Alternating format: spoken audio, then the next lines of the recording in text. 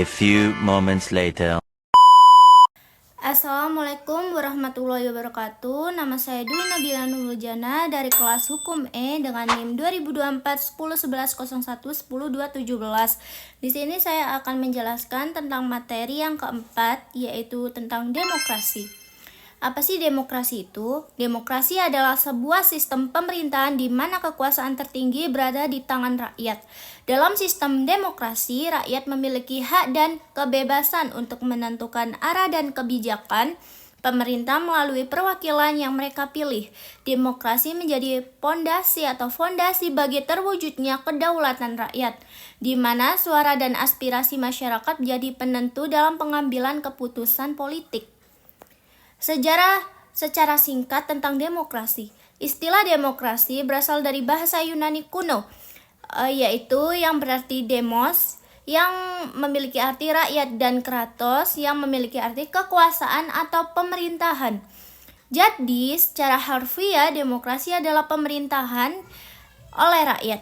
Dalam sejarahnya, konsep demokrasi pertama kali dipraktikkan di negara Katapolis, Athena pada abad ke-5 SM.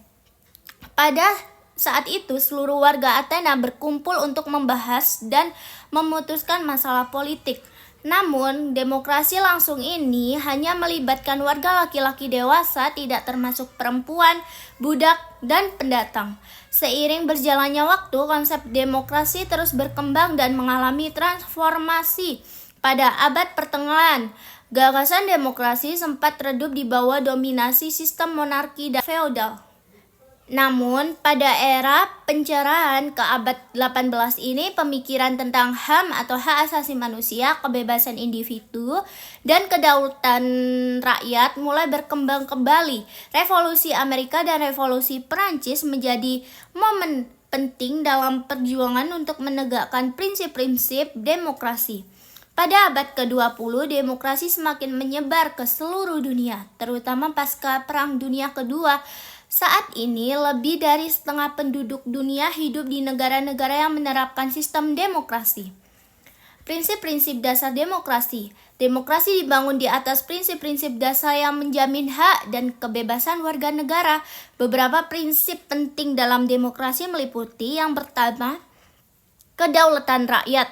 Kekuasaan tertinggi berada di tangan rakyat, di mana pemerintah dijalankan berdasarkan kehendak dan persetujuan dari rakyat.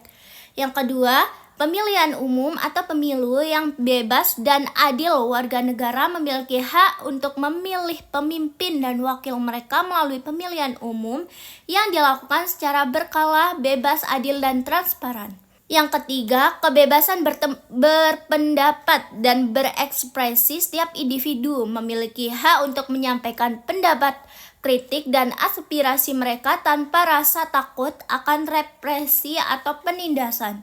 Yang keempat, persamaan di hadapan hukum. Semua warga negara memiliki kedudukan yang sama di mata hukum, tanpa diskriminasi berdasarkan ras, agama, gender, ataupun status sosial. Yang terakhir, pemisahan kekuasaan. Negara dibagi menjadi legislatif, eksekutif, dan yudikatif untuk mencegah terjadinya penyalahgunaan kekuasaan. Dan saya akan menjelaskan bentuk-bentuk demokrasi. Demokrasi dapat diimplementasikan atau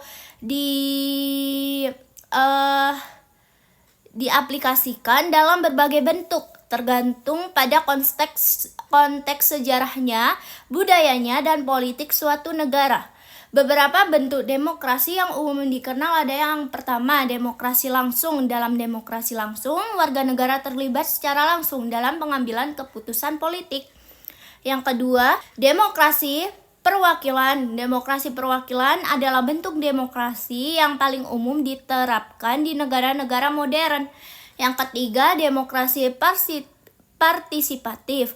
Demokrasi partisipatif menekankan pada keterlibatan aktif warga negara dalam proses pengambilan keputusan politik.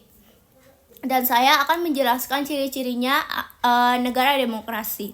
Tentu yang pertama adalah jaminan HAM atau jaminan hak asasi manusia.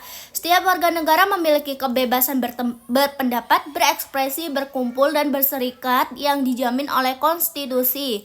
Yang kedua, pemilihan umum atau pemilu yang bebas, adil, berkala, pemimpin dipilih secara langsung oleh rakyat melalui pemilu yang diselenggarakan secara rutin tanpa paksaan dan intimidasi dari siapapun itu.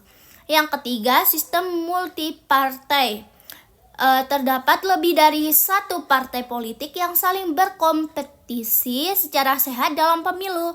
Yang keempat, pers yang bebas dan independen. Media massa memberitakan dan mengkritisi pemerintah tanpa sensor atau ancaman dari siapapun itu. Yang terakhir, penegakan hukum dan peradilan yang independen. Perkembangan demokrasi di Indonesia, yang pertama demokrasi parlementer pada tahun 1945 sampai 1959. Yang kedua demokrasi terpimpin pada tahun 1959 sampai 1965. Yang ketiga demokrasi Pancasila, yaitu pada tahun 1966 sampai 1998.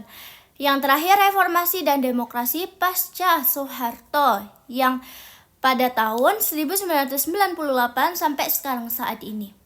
Terima kasih, itulah penjelasan saya tentang demokrasi. Jika ada kurang lebihnya saya mohon maaf. Wassalamualaikum warahmatullahi wabarakatuh. A few moments later.